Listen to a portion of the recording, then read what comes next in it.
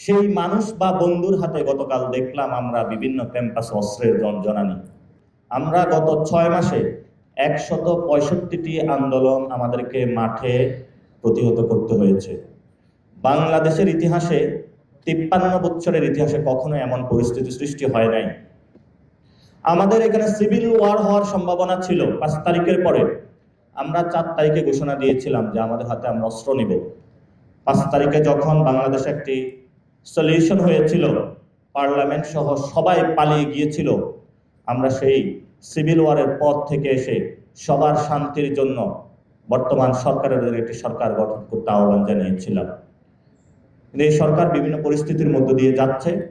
সরকার কোন দিকে যাবে এটা দেখার বিষয় না আমাদের, জনগণ বাংলাদেশের কোন দিকে যাবে সেটা হলো দেখার বিষয়।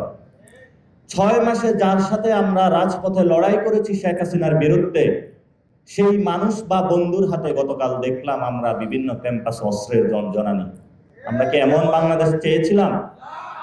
আপনারা যদি না আসেন, যাদের অস্ত্র রয়েছে, যারা অস্ত্র দিয়ে বাংলাদেশ শাসন করতে চায়, যারা টাকা দিয়ে বাংলাদেশ শাসন করতে চায়, যারা বৈদেশিক শক্তির সাথে কম্প্রোমাইজ করে বাংলাদেশ শাসন করতে চায়, আমাদের সবার ঐক্যবদ্ধ লড়াই তাদের বিরুদ্ধে চলবে।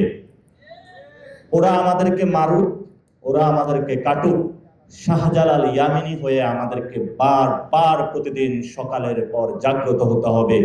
তাদের অস্ত্র এমন ভাবে আমাদের প্রতিহত করতে হবে যে এক একজন আমাদের মধ্যে যদি আমরা শাহজালাল হয়ে দাঁড়াই, তাদের অস্ত্রগুলো অটোমেটিক হাত থেকে পড়ে যাবে। আমাদেরকে অস্ত্র তুলে নিতে হবে। আমাদের কি তুলে নিতে হবে? আমাদের জাস্ট ইমানটাকে একটু রিকভারি করতে হবে। তো সেই জায়গা থেকে আমি মাদ্রাসায় পড়াশোনা করেছিলাম। আমার ব্যক্তিগত লাইফে অনেক ভুল ভ্রান্তি, কিন্তু আমাদের একটা ঐক্যবদ্ধভাবে লড়াই আছে, যে লড়াইটা হলো বাংলাদেশকে আমাদের রক্ষা করতে হবে। এই বাংলাদেশের জন্য মানুষ অনেক জীবন দিয়েছিল। এখানে অনেক পূর্ববর্তী আলেম সাহেব বলেছিলেন 47-এ কি আমরা জীবন দেই নাই, 52 থেকে আমরা জীবন দেই নাই? উনি কি আকাশ থেকে জুড়ে এসে এখানে বাংলাদেশের মানুষ জীবন দিয়েছিল? কতগুলো মুসলমান 47 সালে আহত নিহত হয়েছিল।